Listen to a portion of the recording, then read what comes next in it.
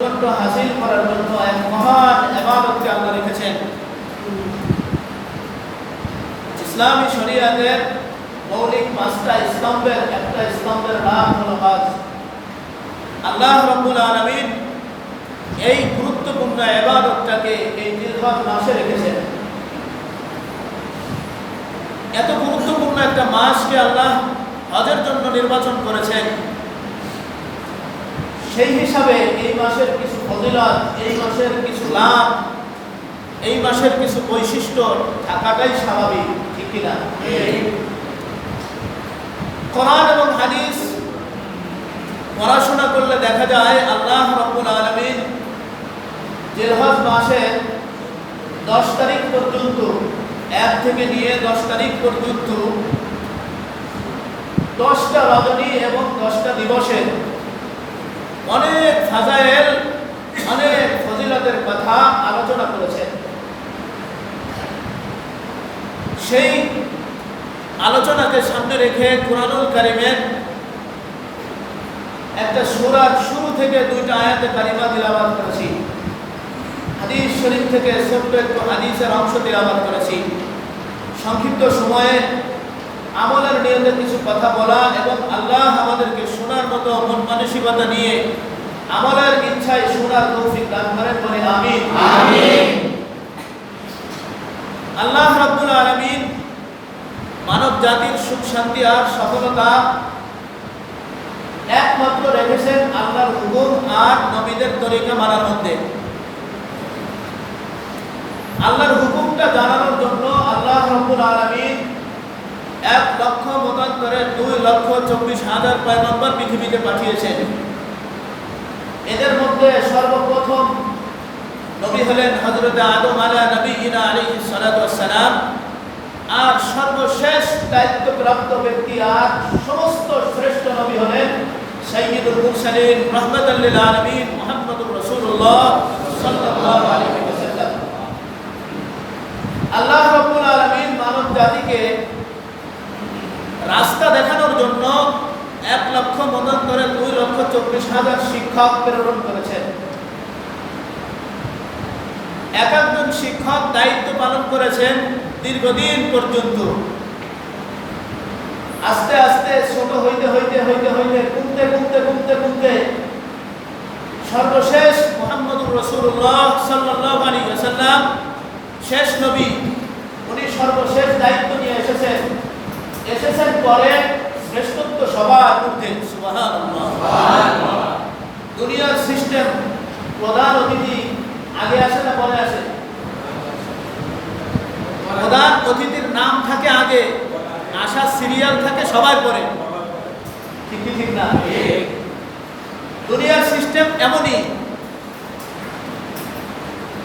সমস্ত জায়গা চিঠিপত্র, ব্যানার, যা কিছু লেখা দরকার সব লেখার মধ্যে দেখা যায় প্রধান অতিথির নাম সবার উপরে, কিন্তু প্রধান অতিথি অনুষ্ঠানে যোগদান করেন সবার শেষে। আল্লাহ রাব্বুল আলামিন এই পৃথিবী নামক এই জগতের মধ্যে 1 লক্ষ মতান্তরে 2,24,000 পয়গম্বরকে নির্বাচন করেছেন অতিথি হিসাবে। আর এদের মধ্যে সর্বপ্রথম অতিথি হলেন আদম আলাইহিস সালাতু ওয়াস সালাম।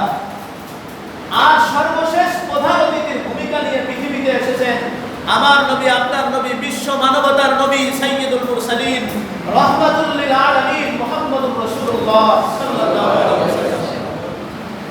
হুজুর দায়িত্ব পালন করেছেন মাত্র 23 বছর। নবুয়তের দায়িত্ব কত বছরের? মাত্র 23 বছর। আর পূর্বের নবী, এক নবী হাজার বছর দায়িত্ব পালন করেছেন।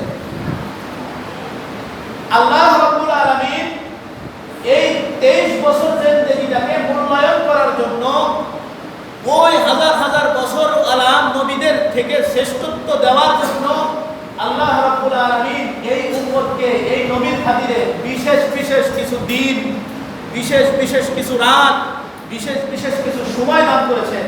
সুবহানাল্লাহ। যেমন মনে করেন বছরের মধ্যে একটা শ্রেষ্ঠ মাস আছে রমজানুল মুবারক।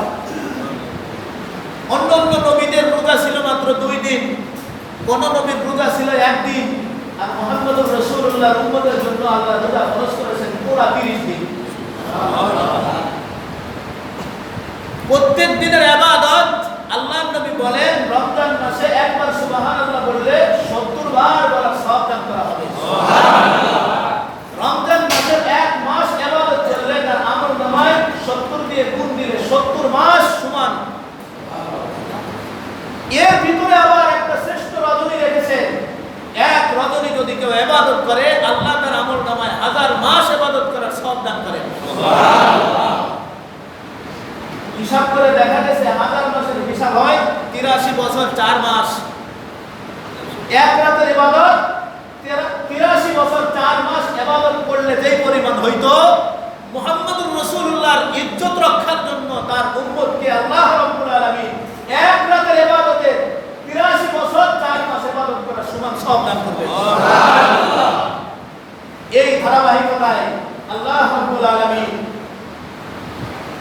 মুহাম্মদুর রাসূলুল্লাহ সাল্লাল্লাহু আলাইহি ওয়াসাল্লামের উম্মতের শ্রেষ্ঠত্ব বুঝাইতে গিয়ে এই উম্মত সময় পাবে ইবাদত করার একেবারেই কম, কিন্তু মাঝে মাঝে কিছু বোনাস দিয়ে, মাঝে মাঝে মোবাইল কোম্পানির মতো কিছু ফ্রি টক টাইম দিয়ে, ফ্রি কিছু সময় দিয়ে, বোনাস হিসাবে কিছু দিয়ে আল্লাহ রাব্বুল আলামিন আদম থেকে নিয়ে ঈসা নবী পর্যন্ত যত পয়গম্বর এসেছেন সমস্ত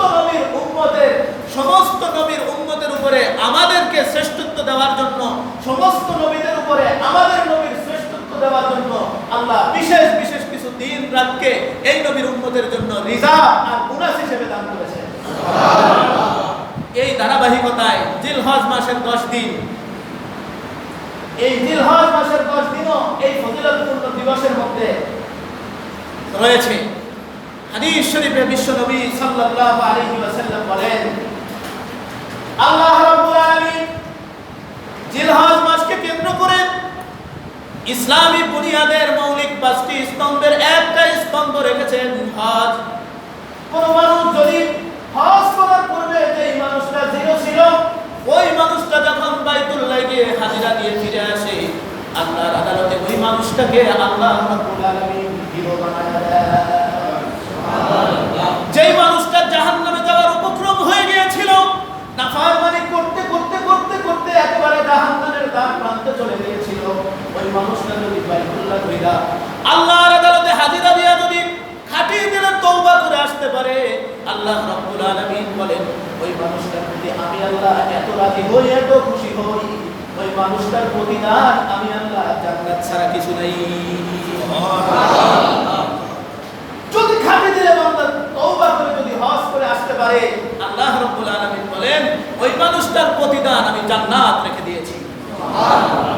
এই যে হজ মাসে হজ পালন করতে হয়, এত বড় একটা গুরুত্বপূর্ণ ইবাদত থাকার কারণে জিলহজ মাসের 1 তারিখ থেকে নিয়ে 10 তারিখ পর্যন্ত অনেক গুরুত্ব আর ফজিলত আল্লাহ রাব্বুল আলামিন উম্মতে মুহাম্মাদীকে রিজার্ভ আর বোনাস হিসেবে দিয়েছে। এর ভিতরে আজকে একটা দিন, গতকালকে একটা দিন আমাদের থেকে চলে গেছে।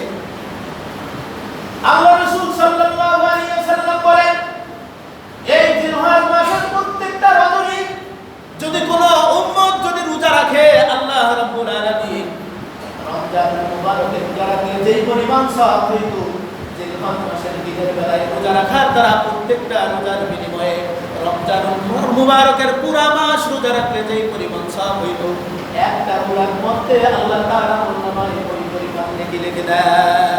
সুবহানাল্লাহ।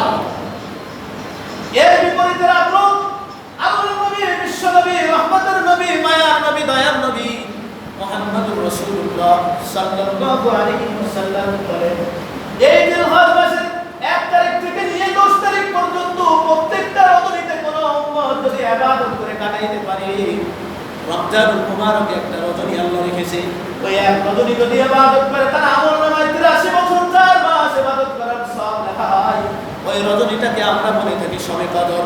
আল্লাহর নবী বলেন জিলহজ মাসের 1 তারিখ থেকে নিয়ে 10 তারিখ পর্যন্ত প্রত্যেক রাতে ইবাদত, জিলহজ রমজান মাসে শবে কদরের ইবাদত করলে যেই পরিমাণ সওয়াব ওই বান্দা পাইতো, প্রত্যেকটা রজনীতে ইবাদত করার দ্বারা ওই পরিমাণ সওয়াব লেখা হয়। দিনের ইবাদত রোজার সমান, রাতের ইবাদত শবে কদরের সমান। এক রজনী আমাদের থেকে, এক দিবস আমাদের থেকে চলে গেছে। আজকে দ্বিতীয় দিন আমাদের থেকে যাওয়ার পথে।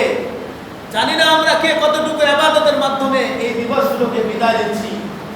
যদি পূর্বে না করে থাকি, আজকের থেকে ওয়াদা করতে হবে সামনে যে কয়টা দিন এবং যে কয়টা রাত আছে ইবাদত বন্দেগীর মধ্যে যেন আল্লাহ আমাদেরকে কাটানোর মতো তৌফিক দান করেন। আমিন।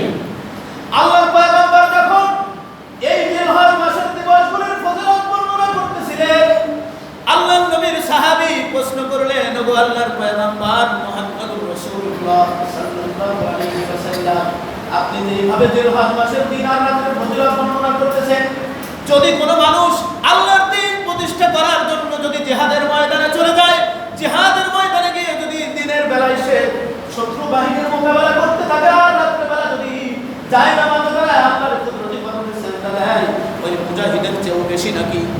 আল্লাহর পয়গম্বর বললেন, সাহাবীরে, এই জিলহজ মাসের দিনের ইবাদত আর রাতের ইবাদত ওই জিহাদের ময়দানে জীবন বাজি রেখে যে মুজাহিদ কাজ করে যাচ্ছে, ওই মুজাহিদের চেয়েও বেশি মূল্য আল্লাহর আদালতে। আল্লাহর পয়গম্বর পরক্ষণেই বললেন, সাহাবী, তুমি যেহেতু প্রশ্ন করেছো শোনো, তবে ওই মুজাহিদের সম্মান আল্লাহর আদালতে ভিন্ন যে মুজাহিদ আল্লাহর দ্বীন প্রতিষ্ঠা করার জন্য নিজের জান আর মাল নিয়ে আল্লাহর রাস্তায় চলে গিয়েছে, কিন্তু ওই জান আর মাল নিয়ে আর পুনরায় ঘরে ফিরে আসে নাই, তার মানে জিহাদের ময়দানে গিয়ে শাহাদাতের মর্যাদা লাভ করেছে। যদি শাহাদাতের মর্যাদা লাভ করে থাকে, তবে সেই মুজাহিদের মর্যাদা, সেই শহীদের মর্যাদা ভিন্ন। তবে এছাড়া এই জিলহজ মাসের দিনের ইবাদত আর রাতের ইবাদত আল্লাহর রাস্তায় জিহাদ করার চেয়েও বেশি মূল্যবান। এই দিবসগুলো, এই রজনীগুলো আমাদের থেকে চলে যাচ্ছে, আমাদের কাছে এইগুলির কোনো মূল্য নাই, কারণ এগুলির লাভ সম্পর্কে আমাদের জানা কম। কুরবানির ঈদ আসলে আমরা এই সমস্ত দিবসগুলো আর এই সমস্ত রজনীগুলোকে খেলায় খেলায় বেশিরভাগ কাটাই, অথচ আল্লাহর নবী বলতেছেন রমজান মাসের থেকে এই জিলহজ মাসের 10 তারিখ পর্যন্ত এই রাত আর দিন কোনো অংশে কম না, বরঞ্চ কোনো কোনো ক্ষেত্রে আরো বেশি মর্যাদা রাখে। কিন্তু আমরা এই দিবসগুলোকে হাসি খেলায় কাটাইয়া দিই, খেলায় খেলায় কাটাইয়া দেই, রাস্তায় রাস্তায় ঘুরে ঘুরে কাটাই। এই জন্য চেষ্টা করা এই দিবসগুলিকে মূল্যায়ন করা, এই রজনীগুলিকে মূল্যায়ন করা। আমরা যদি এই মূল্যবান দিন আর মূল্যবান রাতকে যদি মূল্যায়ন করতে পারি, আল্লাহর আদালতে আল্লাহ আমাদেরকেও মূল্যায়ন করবেন। এই দিবসগুলোর মধ্যে আল্লাহ রাসূল সাল্লাল্লাহু আলাইহি ওয়াসাল্লাম বিশেষ কিছু ইবাদত করার জন্য বলেছেন। এই বিশেষ কিছু ইবাদতের মধ্যে 10টা রজনীকে আল্লাহ রাব্বুল আলামিন কোরআন এবং হাদিসের রেফারেন্সে বলা যায়, আল্লাহ রাব্বুল আলামিন 10টা ইবাদতকে বেশি বেশি করতে বলেছেন। সুবহানাল্লাহ। এর মধ্যে 1 নাম্বার ইবাদত হলো বেশি বেশি সর্ব অবস্থায় আল্লাহ পাকের জিকির করা। কি করা? জিলহজ মাসের রাতে এবং দিনে যত সম্ভব চেষ্টা করা জিকির করা। জিকির করার দ্বারা লাভ, অনেক লাভ, অনেক লাভ। আমরা বুঝি না, এই জন্য করি না।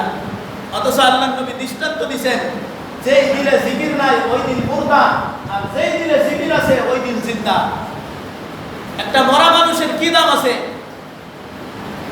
ঠিক তদরূপ যেই দিনের মধ্যে আল্লাহ পাকের জিকির নাই, ওই দিনটার দাম আল্লাহর আদালতে নাই। আল্লাহর পয়গম্বর বলেন, উম্মতেরা রে ভালো করে শোনো, আমার কোন উম্মত যদি ঈমান আর ইয়াকিন আর ইখলাস আর বিশ্বাস আর ভক্তি শ্রদ্ধা আর মহব্বত নিয়ে যদি একবার কালেমা পাঠ করে, আমি নবী ঘোষণা দিলাম ওই বান্দার জিন্দেগিতে যত গুনাহ ছিল মহান আল্লাহ কালেমার বদলতে তার জীবনের সব গুনাহ মাফ করে দেয়। সুবহানাল্লাহ। আল্লাহ নবী বলেন, যেই মানুষটা একবার পড়েছে মান ক্বালা লা ইলাহা ইল্লাল্লাহ দাখালাল জান্নাহ, যেই মানুষটা ঈমানের সাথে শ্রদ্ধা ভক্তি আর মহব্বত ভালোবাসা নিয়ে একবার কালিমা পাঠ করবে, আল্লাহর নবী বলেন গুনাহ করার কারণে, নাফরমানি করার কারণে ওই মানুষটা যদি জাহান্নামের আসামিও হয়ে থাকে, জাহান্নামের শাস্তি ভোগ করার পরে একদিন না একদিন এই কালেমার বদলতে তাকে আল্লাহ জান্নাত দান করবে। আল্লাহর নবীর কাছে এক সাহাবী এসেছে। সাহাবী এসে আল্লাহর নবীর সাথে মুসাফা করার জন্য হাত বাড়ায়া দিল। আল্লাহর পয়গম্বর তার সাথে মুসাফার জন্য হাত বাড়িয়ে দিলেন। সাহাবী হাতটাকে উঠিয়ে দিলেন। আল্লাহর নবী জিজ্ঞাসা করলেন, সাহাবীরে তুমি কেন হাত উঠায় নিলে? আমি তোমার সাথে মুসাফা করার জন্য হাত বাড়িয়ে দিলাম। ওই সাহাবী এখনো পর্যন্ত কালেমা পড়ে নাই। আল্লাহর নবীর দরবারে সবেমাত্র এসেছে, সে কালেমা পড়ে মুসলমান হবে। আল্লাহর নবীর কাছে হাত বাড়িয়ে দিলেন। আল্লাহর নবী হাত আগাইলেন, সাহাবী হাত উঠায় নিলেন। আল্লাহর নবী পরপরে জিজ্ঞাসা করলেন, সাহাবী তুমি হাত কেন উঠায় নিলা? আল্লাহর নবীর প্রশ্নের উত্তরে সাহাবী বলল, পয়গম্বর আমি এই মুহূর্ত পর্যন্ত আমার জিন্দেগিতে এমন কোন গুনাহ নাই যে এই গুনাহ আমি করি নাই, এমন কোন নাফরমানি নাই যে এই নাফরমানি আমি করি নাই। এখনই আপনার হাতে হাত রেখে আমি কালিমা করে মুসলমান হব। ঠিক আছে, ভালো কথা, মুসলমান তো হইলাম, কিন্তু আমার এখনের পূর্ববর্তী জিন্দেগির পিছনের জীবনের গুনাহের ব্যাপারে কি এই বিষয় তো জানলাম না। আল্লাহর নবীর কাছে সাহাবী প্রশ্ন করলেন, এমন কোন নাফরমান, এমন কোন গুনাহ আমি করি নাই, এমন কোন গুনাহ আমি বাদ দেই নাই যে এই গুনাহ কালেমা পড়ার পূর্ব মুহূর্ত পর্যন্ত করি নাই। আমি কালেমা পড়ে মুসলমান হইলাম, কিন্তু আমার পূর্বের জীবনের অবস্থাটা কি হবে এইটা না জানা পর্যন্ত কালেমা পড়তে পারি না। আল্লাহর নবী সাহাবীকে সান্ত্বনা দিয়ে বললেন, ও সাহাবী তোমার কি জানা নাই? আল্লাহ পাক রব্বুল আলামিন আমাকে জানিয়ে দিয়েছেন, ইন্নাল ইসলাম ইয়াহদিমু মা কানা ক্বাবলাহু। ইসলাম এমন একটা যন্ত্র, ইসলাম এমন একটা মেডিসিন, কালেমা পড়ার সাথে সাথে আল্লাহ রাব্বুল আলামিন মুহূর্তের মধ্যে পিছনের জীবনের তামাম গুনাহ মাফ করে দেন। সুবহানাল্লাহ। কালিমারে তোলাব। আল্লাহর নবী বলেন যে এই মানুষটা দুনিয়ায় থাকতে বেশি বেশি জিকির করার দ্বারা তার অন্তরটাকে জিন্দা রাখবে। কিয়ামতের ময়দানে আল্লাহ রাব্বুল আলামিন লক্ষ কোটি কোটি মানুষের সামনে ওই মানুষটাকে পূর্ণিমার রজনীর মতো আলোক সজ্জা দিয়ে আলো বানায়া তার চেহারাটাকে উজ্জ্বল বানায়া আল্লাহর আদালতে তাকে উঠাবে। সুবহানাল্লাহ। লক্ষ কোটি কোটি মানুষের মধ্যে ওই মানুষটার চেহারা দেখেই চেনা যাবে কেন তার চেহারার মধ্যে এত আলো, তার চেহারাটা এত ঝলমল ঝলমল কেন করছে। এই লক্ষ কোটি কোটি মানুষ অটোমেটিক ওই মানুষটার চেহারা দেখেই বুঝতে পারবে এই মানুষটা দুনিয়ার মধ্যে মাওলা পাকের জিকির সব চাইতে বেশি বেশি করত। এই জন্য জিকির করা দরকার আছে না নাই? আল্লাহর পয়গম্বর বলেছেন জিলহজ মাসের 10 দিনের বিশেষ আমলের মধ্যে এক নাম্বার আমল হলো বেশি বেশি জিকির করা। সকাল সন্ধ্যা উঠতে বসতে চলতে ফিরতে সর্ব অবস্থায় আল্লাহর নাম স্মরণ করা। বান্দাকে শিক্ষা দেওয়ার জন্য আল্লাহ কত সুন্দর করে বলেছেন, বান্দা তুমি উপরে উঠতেছো, মহান আল্লাহ পাকের নাম উচ্চারণ করো, আল্লাহু আকবার। বান্দা তুমি সমতল ভূমি দিয়ে চলছো, উচ্চারণ করো লা ইলাহা ইল্লাল্লাহ। বান্দা তুমি নিচের দিকে নামছো, জবান দিয়ে উচ্চারণ করো সুবহানাল্লাহ। এমন কোন মানুষ কি আছে 24 ঘন্টা বসে বসে কাটায়? কখনো না কখনো কোনো অবস্থায় হাঁটি। আল্লাহ নবী শিক্ষা দিলেন, যখন বান্দা তুমি হাঁটোস লা ইলাহা ইল্লাল্লাহ পড়ো, যখন উপরে ওঠো আল্লাহু আকবার বলো, যখন নিচেই নামো সুবহানাল্লাহ বলো। তার মানে বান্দা তোমার হাঁটতে ফিরতে চলতে ফিরতে বসতে উঠতে এমন কোন মুহূর্ত নাই যে মুহূর্তে মাওলা পাকের জিকির করার সুযোগ নাই। সর্ব অবস্থায় আল্লাহ পাকের জিকির করার ব্যবস্থা আছে না নাই? মহান আল্লাহ কোরআনুল কারীমের মধ্যে বলেন, আল্লাযীনা ইয়াযকুরুনাল্লাহা কিয়ামান ওয়া কুউদা ওয়া আলা জুনুবিহিম ওয়া ইয়াতাফাক্কারুনা ফী খালকিস সামাওয়াতি ওয়াল আরদ। আল্লাহ বলতেছেন, বান্দা তুমি দাঁড়ানো অবস্থায় আল্লাহকে স্মরণ করো, বান্দা তুমি বসা অবস্থায় আল্লাহকে ডাকো। বান্দা তুমি সারা দিন দাঁড়ানো আর বসা অবস্থায় কাটিয়ে দিয়েছো, এখন শেষ বেলা এসে তুমি শোবার জন্য বিছানায় চলে যাচ্ছ। ওই সময় তোমাকে ছুটি নাই, আল্লাহ পাকের জিকির তুমি শুয়ে শুয়ে করো, ছাড় নাই। হাঁটা চলা শোয়া সর্ব অবস্থায় আল্লাহ পাকের জিকির করার জন্য নির্দেশ দিয়েছেন কে? আল্লাহ। এই জন্য বেশি বেশি জিলহজ মাসের 10 দিনের মধ্যে 1 নাম্বার গুরুত্বপূর্ণ ইবাদত হলো বেশি বেশি করে জিকির করা। 2 নাম্বার আল্লাহর নবী সাল্লাল্লাহু আলাইহি ওয়াসাল্লাম বলেছেন যে সমস্ত বিধানগুলি তোমাদের জন্য সর্ব অবস্থায় আমি আল্লাহ দিয়ে রেখেছি, ওই বিধানগুলোকে গুরুত্বের সাথে আদায় করা।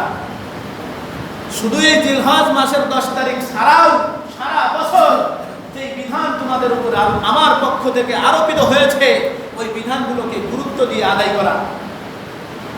2 নম্বর আমল, জিলহজ মাসের বিশেষ আমলের 2 নম্বর আমল হলো আল্লাহর পক্ষ থেকে পূর্বেই যে সমস্ত ইবাদত করার নির্দেশ আল্লাহ দিয়েছেন, ওই ইবাদতগুলোকে গুরুত্ব দিয়ে আদায় করা। এর ভিতরে নামাজ আছে, এছাড়া আরো অনেক নেক আমল যেগুলি আছে, ভালো ভালো কাজ, এই সবগুলি গুরুত্ব দিয়ে আদায় করা। যেহেতু এর দিনের ইবাদত আল্লাহ নবী বলেছেন রমজান মাসের থেকেও শ্রেষ্ঠ। এই সমস্ত রজনীর ইবাদত এই জিলহজ মাসের 10 তারিখ পর্যন্ত এর প্রত্যেক রাতের ইবাদত যেহেতু সবে কদরের ইবাদতের চেয়েও শ্রেষ্ঠ, এই জন্য গুরুত্ব দিয়ে আদায় করা দরকার। লাগবে কি লাগবে না? শুধু জুমার দিনে? হ্যাঁ, এই যে কত মুসল্লি শুধু জুমার দিনে 2 রাকাত নামাজ ফরজ, এছাড়া সারা সপ্তাহ দরকার নাই। এরকম আল্লাহর হুকুম জুমার দিনে যেরকম গুরুত্বপূর্ণ, ওই দিনে আসরের নামাজটা ওইরকম গুরুত্বপূর্ণ, ওই দিনে মাগরিবের নামাজটা ওইরকম গুরুত্বপূর্ণ। ঠিক কি ঠিক না? না খালি জুমার সময় তাও আবার 2 রাকাত। কত ব্যস্ত আমরা, 2 রাকাত সালাম ফিরাইতে দেরি আর মারামারি শুরু হয়ে যায়। এমনি বললে দোষ বেশি, বললেই খালি বেশি কথা বলে ফেলাই। এটা এমন একটা দায়িত্ব, আল্লাহ যদি এই দায়িত্বটা আল্লাহ পাকের আরশে আজিম 19 জন ফেরেশতা ধরে দাঁড়ায় আছে। কয়জন? আলাইহা 19 সূরা দাহারের মধ্যে আল্লাহ বলছেন,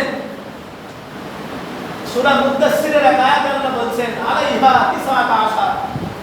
19 জন ফেরেশতা আল্লাহ পাকের আরশে আজিমটাকে ধরে দাঁড়িয়ে আছে। এদের মর্যাদা কম না বেশি? এদের সম্মান কম না বেশি?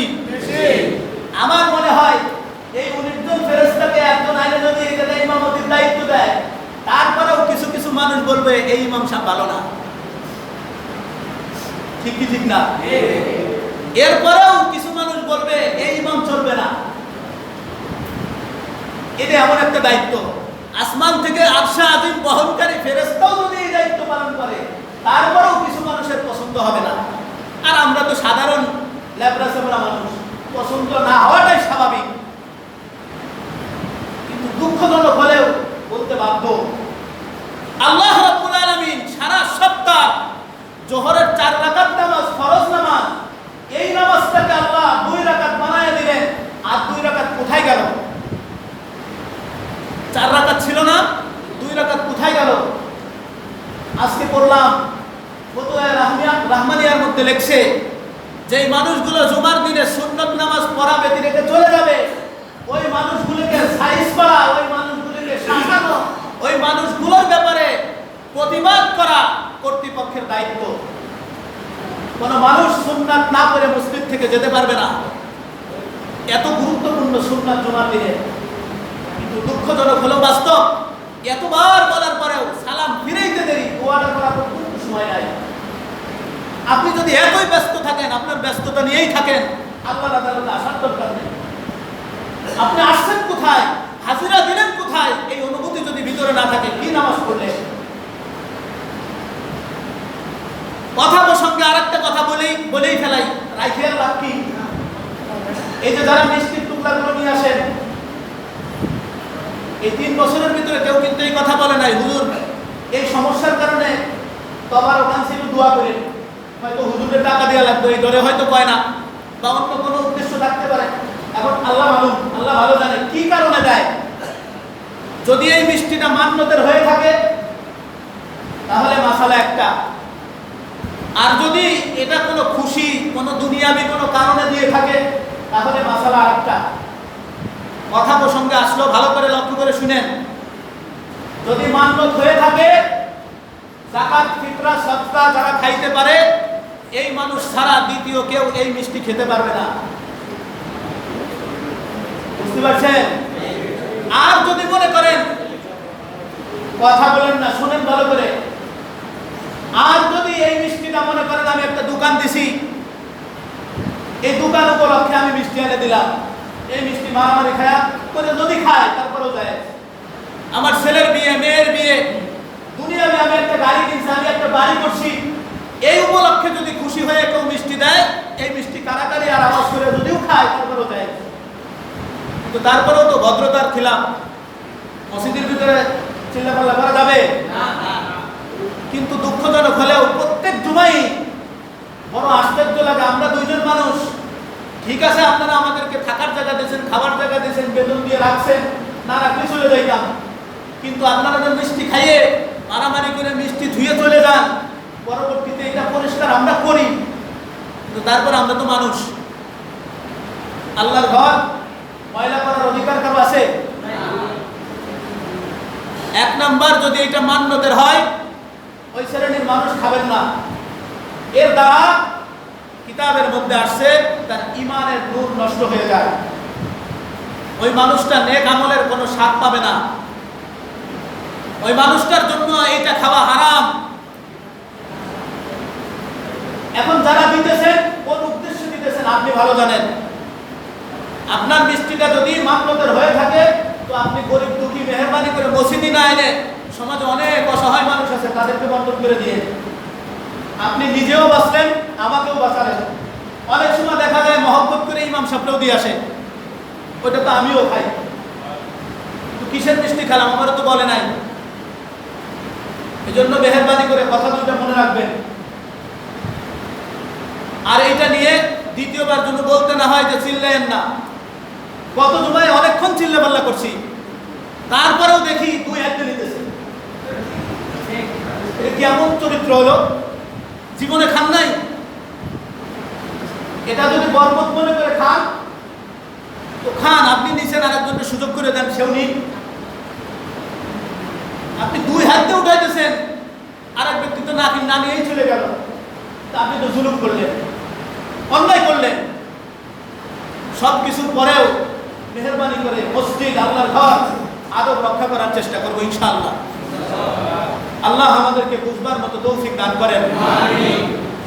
দ্বিতীয় নম্বর বলতেছিলাম, জিলহজ মাসকে কেন্দ্র করে বিশেষ আমলের মধ্যে দ্বিতীয় নম্বর আমল হলো আল্লাহ পাকের যে বিধানগুলি প্রত্যেক দিন আছে, এই বিধানগুলি গুরুত্বের সাথে আদায় করা, গুরুত্ব দিয়ে আদায় করা। এই বিধানগুলো শুনে গেলে আর দ্বিতীয়বার জিন্দেগিতে এগেন চান্স আসবে না, চলে গেলে আর ফিরে আসবে না। এই জিলহজ মাস আগামী বছর আমি আপনি যে পাবো, একজন বলতে পারবেন যে হুজুর ইনশাআল্লাহ আমি পাবো? গ্যারান্টি আছে? যেই দাবড়াইতেছে করোনায়, না জানি কোন সময় তালিকায় উঠে যায়, বলা যায় না। এই জন্য মেহরবানি করে মনে করেন এটাই আমার জীবনের শেষ, আজকের দিনটাই আমার জীবনের শেষ। হতে পারে এই জিলহজ মাস আমার জীবনের জিন্দেগির শেষ জিলহজ মাস, আর আগামী বছর হয়তো পাবো না।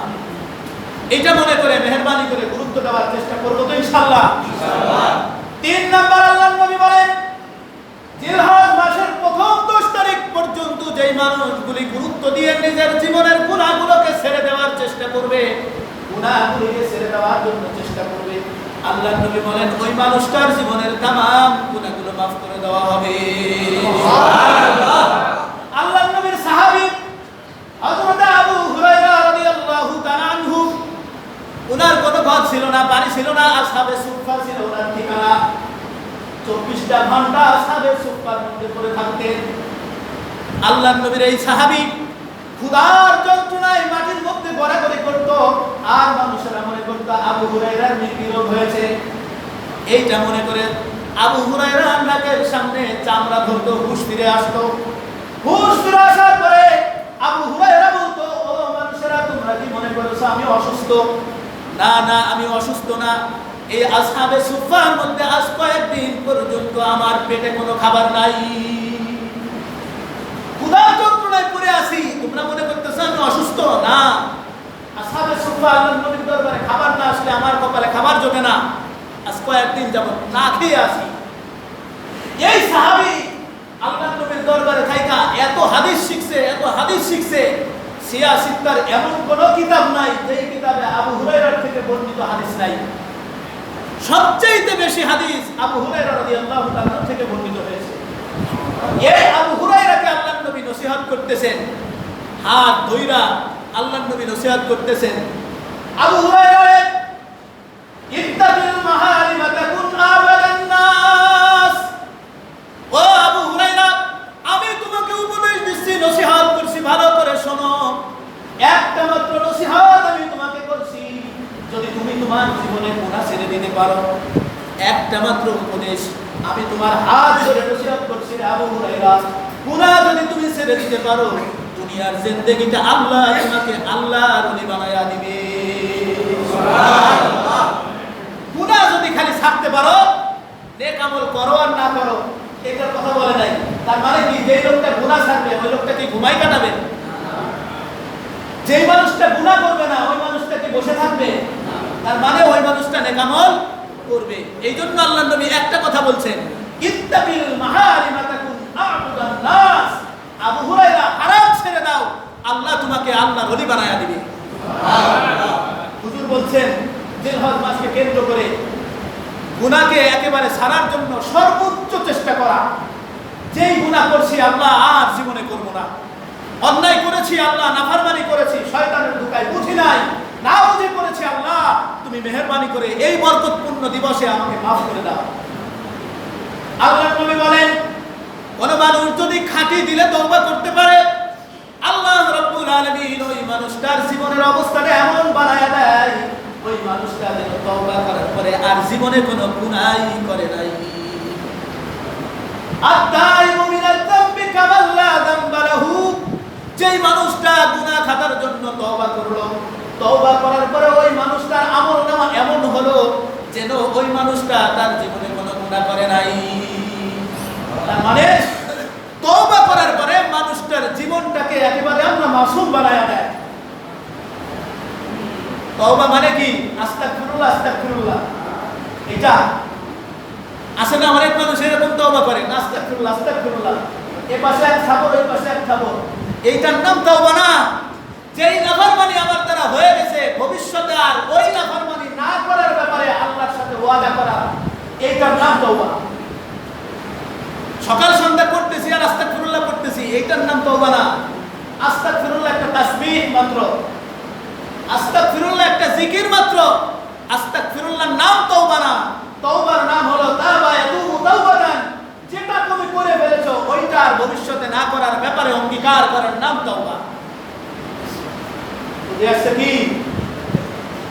চতুর্থ নাম্বার আল্লাহর নবী বললেন, জিলহজ মাসকে কেন্দ্র করে আল্লাহ রাব্বুল আলামিন যেই মানুষগুলোর উপরে হজ ফরজ করেছেন, ওই মানুষগুলোর জন্য হজ এবং উমরা আদায় করা। আল্লাহর নবী বলেন, যেই মানুষটা হজ এবং উমরা পালন করবে, আল্লাহ রাব্বুল আলামিন ওই মানুষটাকে বেগুনাহ মাসুম বানায়া দেয়। সুবহানাল্লাহ। হুজুর হাদিসের মধ্যে বলেন, তাবিউ বাইনাল হজ্জ ওয়াল উমরা। ও মানুষ, তোমরা দুনিয়ার মধ্যে থাকা অবস্থায় যাদের উপরে হজ ফরজ করা হয়েছে, একটার পর একটা একটার পর একটা একটার পর একটা হজ আর উমরা করতে থাকো, হজ আর উমরা করতে থাকো। কেননা দুইটা লাভ তোমার হবে, একটা লাভ আখিরাতের, আর একটা লাভ হলো দুনিয়ার। আখিরাতের লাভটা হলো তোমার জীবনের সব গুনাহ আল্লাহ মাফ করে দিবেন, আর দুনিয়ার লাভ হলো আল্লাহ রাব্বুল আলামিন তোমার জীবন চালানোর জন্য যা কিছু প্রয়োজন সব মিটায়া দিবে। কথা বলতে হলো না, হজ করতে গেলে টাকা খরচ হয়, আর আল্লাহ বলতেছেন না, টাকা খরচ হয় না, আমি আল্লাহ তোমার সেই টাকা পূরণের ব্যবস্থা করে দেই। তাবিউ বাইনাল হজ্জ ওয়াল উমরা ফাইন্নাহুমা ইয়াকফিয়ানিল ফাকরা ওয়াদ যুনুব। আল্লাহ রাব্বুল আলামিন হজ আর উমরা তুমি করতে থাকো, লাগাতার করতে থাকো, আল্লাহ এর দ্বারা তোমার দরিদ্রতা দূর করে দিবেন, জীবনের গুনাহ মাফ করে দিবেন। সুবহানাল্লাহ। করা দরকার নাই। আবার এই মানুষগুলোর ব্যাপারে আল্লাহ রাসূল বলছেন, যেই মানুষটার উপরে হজ ফরজ হলো, ফরজ হওয়া সত্ত্বেও সে হজ করলো না, আর এই অবস্থায় যদি দুনিয়া থেকে মারা যায়, আল্লাহর নবী বলেন সে ইহুদি হয়ে মরুক অথবা নাসারা হয়ে মরুক, আমি নবীর কিছু আসে যায় না। নবী যদি এই কথা বলে, হাসরের ময়দানে অবস্থাটা কি হবে? তার মানে কি, হজ গুরুত্বপূর্ণ একটা ইবাদত, ঠিক কি ঠিক না? এই জিলহজ মাসে হজের মতো এত বড় একটা গুরুত্বপূর্ণ ইবাদত আল্লাহ রেখেছে। হজ করতে গিয়ে বিশেষ কিছু জায়গা আছে যেখানে দোয়া করলে আল্লাহ রাব্বুল আলামিন দোয়া কবুল করে নেয়। এরপরে বিশেষ এই জিলহজের 10 তারিখের মধ্যে আরেকটা বিশেষ আমলের কথা আল্লাহর নবী বলেছেন, বেশি বেশি করে তাকবীর করা। একটা তাকবীর আছে না, তাকবীরে তাশরিক। আল্লাহর রাসূল বলছেন বেশি বেশি করে তাকবীরে তাশরিক গুলা করা। তাকবীরে তাশরিক কি সবাই পারি? বলেন তো সবাই, আল্লাহু আকবার আল্লাহু আকবার লা ইলাহা ইল্লাল্লাহ আল্লাহু আকবার ওয়া লিল্লাহিল হামদ আল্লাহু আকবার লা ইলাহা ইল্লাল্লাহ আল্লাহু আকবার ওয়া লিল্লাহিল হামদ। এটার নাম কি? তাকবীরে তাশরিক। জিলহজ মাস শুরু হওয়ার সাথে সাথেই বেশি বেশি করে এই তাকবীরগুলো করতে থাকা। এই তাকবীরগুলোর ইতিহাস তো আরো করুন, তাকবীরে তাশরিকের ইতিহাস তো আরো মর্মান্তিক। পূর্বে আমরা আলোচনা করতেছিলাম ইব্রাহিম আর ইসমাইলের ঘটনা, বাপপুতের ঘটনা আমরা শুনতেছিলাম। চূড়ান্ত পর্যায়ের যখন ইব্রাহিম আলাইহিস সালাম তার সন্তান ইসমাইলকে জবেহ করার জন্য ছুরি চালাইতেছিলেন, এমন সময় আল্লাহ রাব্বুল আলামিন হযরত জিবরিল আমিনকে বললেন, জিবরাইল জলদি যাও, জান্নাত থেকে দুম্বা নিয়ে আমার খলিলের কাছে হাজির হয়ে যাও। জান্নাত থেকে হযরত জিবরাইল আলাইহিস সালাম যখন দুম্বার টুকরা নিয়ে হাজির হলেন, আয়েশা যখন দেখলেন বাপ সন্তানের গলার উপরে ছুরি চালাইতেছে, এই আশ্চর্যজনক অবস্থা দেখা জিবরাইল আলাইহিস সালাম নিজের ভিতর থেকে বলে ফেললেন, আল্লাহু আকবার আল্লাহু আকবার আল্লাহু আকবার আল্লাহু আকবার। এই আশ্চর্যজনক অবস্থা দেখা জিবরাইল আর নিজেকে নিয়ন্ত্রণ করতে পারলেন না, উচ্চারণ করে ফেললেন আল্লাহু আকবার আল্লাহু আকবার। হযরত ইব্রাহিম আলাইহিস সালাম যেই ধ্যান আর যেই মানসিকতা নিয়ে ছুরি চালাইতেছিলেন, আল্লাহু আকবারের আওয়াজ পাওয়ার পরে এই জনমানব শূন্য স্থানে কে আল্লাহু আকবারের আওয়াজ দিল, আল্লাহর খলিলের ধ্যান ছুটে গেল। উনি তাকায় দেখলেন পাশে জিবরাইল দাঁড়া। এই পরিস্থিতি দেখিয়া ইব্রাহিম আলাইহিস সালাম তার জবান থেকে উচ্চারণ করলেন লা ইলাহা ইল্লাল্লাহ আল্লাহু আকবার। প্রথম অংশ বললেন জিবরাইল, দ্বিতীয় অংশ বললেন ইব্রাহিম, আর তৃতীয় অংশ বাকি। যখন কুরবানি কমপ্লিট, হযরত ইসমাঈল আলাইহিস সালাম দেখলেন বাবা অস্ত্র হাতে নিয়ে দাঁড়া, পাশেই দাঁড়িয়ে আছে ইব্রাহিম আলাইহিস সালামের জবান থেকে যখন এই জিবরাইলের ঘটনাগুলি শুনলেন, তখন এই ইসমাঈল আলাইহিস সালাম মাওলা পাকের শুকরিয়া আদায় করলেন, আল্লাহু আকবার ওয়া লিল্লাহিল হামদ। আল্লাহ রাব্বুল আলামিনের কাছে এই তিনটা বাক্য এত পছন্দ হয়েছে, এত ভালো লেগেছে, কিয়ামত পর্যন্ত উম্মতে মুহাম্মাদের জন্য এই তাকবীরগুলো পড়াকে ওয়াজিব করে দিয়েছে। সুবহানাল্লাহ। এই তাকবীরে তাশরিক আল্লাহর নবী বলেছেন, জিলহজ মাসের চাঁদ ওঠার পর থেকে নিয়ে বেশি বেশি করে তাকবীরে তাশরিক করতে থাকো। বিশেষ করে জিলহজ মাসের 9 তারিখ ফজর থেকে নিয়ে 10, 11, 12, 13 তারিখ আসর পর্যন্ত প্রত্যেক ফরজ নামাজের পরে সালাম ফিরানোর পরে একবার উচ্চ আওয়াজে তাকবীরে তাশরিক বলাটা সুন্নাত। 2 বার 3 বার বলার কথা কিন্তু নাই, কয়বার? একবার। পুরুষেরা আওয়াজ করে বলবে, আর মা বোনেদের জন্য বলা লাগবে কি লাগবে না? তাদের জন্য মাফ, তাদেরকেও বলতে হবে, তাদের জন্য নিম্ন আওয়াজে। কারণ মহিলাদের মা বোনদের আওয়াজও তো পর্দা, এই জন্য শরীয়তের বিধান পুরুষেরা উচ্চ আওয়াজে বলবে আর মা বোনেরা এই তাকবীরগুলো নিম্ন স্বরে বলবে। বুঝতে পারছেন? হুজুর বলছেন চতুর্থ এবং পঞ্চম হলো জিলহজ মাসের দিনে এবং রাতে বেশি বেশি করে এই তাকবীরে তাশরিকগুলো করতে থাকা। আল্লাহ রাব্বুল আলামিন এই জিলহজ মাসকে কেন্দ্র করে 10 তারিখ পর্যন্ত অনেক ফজিলত রেখেছেন, সময় শেষ আর বলার সুযোগ নাই। তো 1 নম্বরে আমরা জানলাম বেশি বেশি জিকির করা, 2 নম্বরে জানলাম আল্লাহ পাকের নির্ধারিত যে ইবাদত আছে এই ইবাদতগুলি গুরুত্বের সাথে আদায় করা, 3 নম্বর গুনাহকে ছাড়ার জন্য চেষ্টা করা, গুনাহমুক্ত জীবন গড়ার জন্য অঙ্গীকার করা। চতুর্থ নম্বর, যদি হজ তার উপরে ফরজ হয়ে থাকে, হজ উমরা করা। পঞ্চম নম্বরে এই তাকবীরে তাশরিক করতে থাকা, বেশি বেশি করে তাকবীরে তাশরিক করা।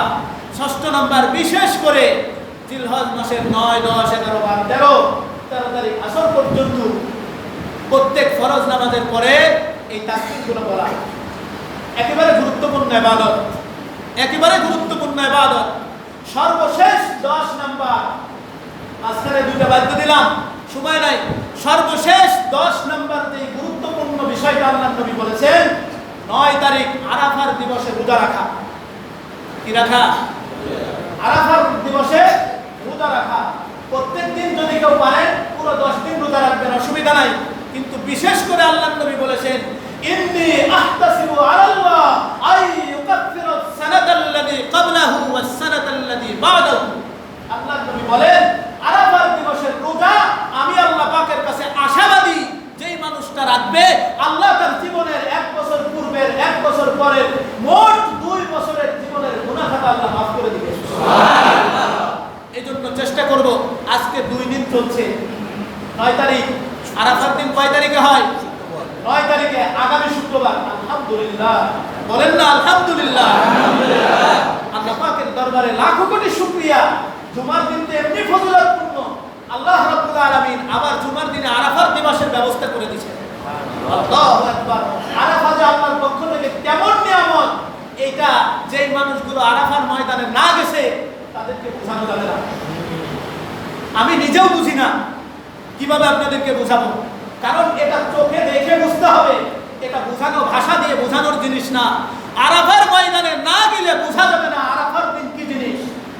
কারণ আল্লাহ রাসূল সাল্লাল্লাহু আলাইহি ওয়াসাল্লাম এই আরাফার ময়দানে দাঁড়িয়ে বক্তৃতা দিয়েছিলেন। আরাফার ময়দানে দাঁড়িয়ে আল্লাহর নবী শেষ ভাষণ দিয়েছিলেন। এই ভাষণযুক্ত এলাকাটা, এই ভাষণযুক্ত ময়দান, এখানে না গেলে বোঝা যাবে না। আল্লাহ রাব্বুল আলামিন আদম আর হাওয়া এই আরাফার ময়দানে দীর্ঘদিন পর্যন্ত 2 জন জনমানব শূন্য বিচ্ছিন্ন অবস্থায় ছিলেন। কিতাবের মধ্যে আসছে 40 বছর, কেউ বলছেন 70 বছর, কেউ বলছেন 50 বছর কান্নাকাটি করার পরে আবার স্বামী আর স্ত্রীর মিলন ঘটাইয়াছেন আরাফার ময়দানে। আল্লাহর নবী বলেন, আরাফার ময়দানে কোন হাজী যদি চোখের পানি ফেলে আল্লাহর কাছে কান্নাকাটি করতে পারে, আল্লাহ পাক রব্বুল আলামিন ওই হাজীর কলবের মধ্যে মারিফাতের নূর জারি করে দেন। সুবহানাল্লাহ। আরাফা মানে, আরাফা শব্দের শাব্দিক অর্থই হলো পরিচয় লাভ করা। সেখানে যাওয়ার পরে বান্দা আল্লাহর পরিচয় পেয়ে যায়। এই জন্য অনেক হাজী আছে জিন্দেগিতে অনেক উল্টাপাল্টা ছিল, কিন্তু সেখান থেকে ঘুরে আসার পরে দেখা যায় অনেক পরিবর্তন। ঠিক কি ঠিক না? এই জন্য চেষ্টা করা। আরাফার অনেক দাম, আরাফার দিনের অনেক দাম। এই জন্য চেষ্টা করব আগামী শুক্রবার পরে সেই হিসাবে চেষ্টা করব যতদূর সম্ভব প্রত্যেকে রোজা রাখার জন্য। বাসাতে মামুনদেরকেও বলে দিব তারাও যেন এই আমলগুলো করে, যে আমলগুলোর কথা বললাম। আল্লাহ সর্বপ্রথম আমাকে আমল করার তৌফিক দান করেন। আমরা যারা শুনলাম আল্লাহ আমাদের প্রত্যেককে আমল করার তৌফিক দান করেন। আলহামদুলিল্লাহ রাব্বিল আলামিন। যাদের সুন্নাত বাকি আছে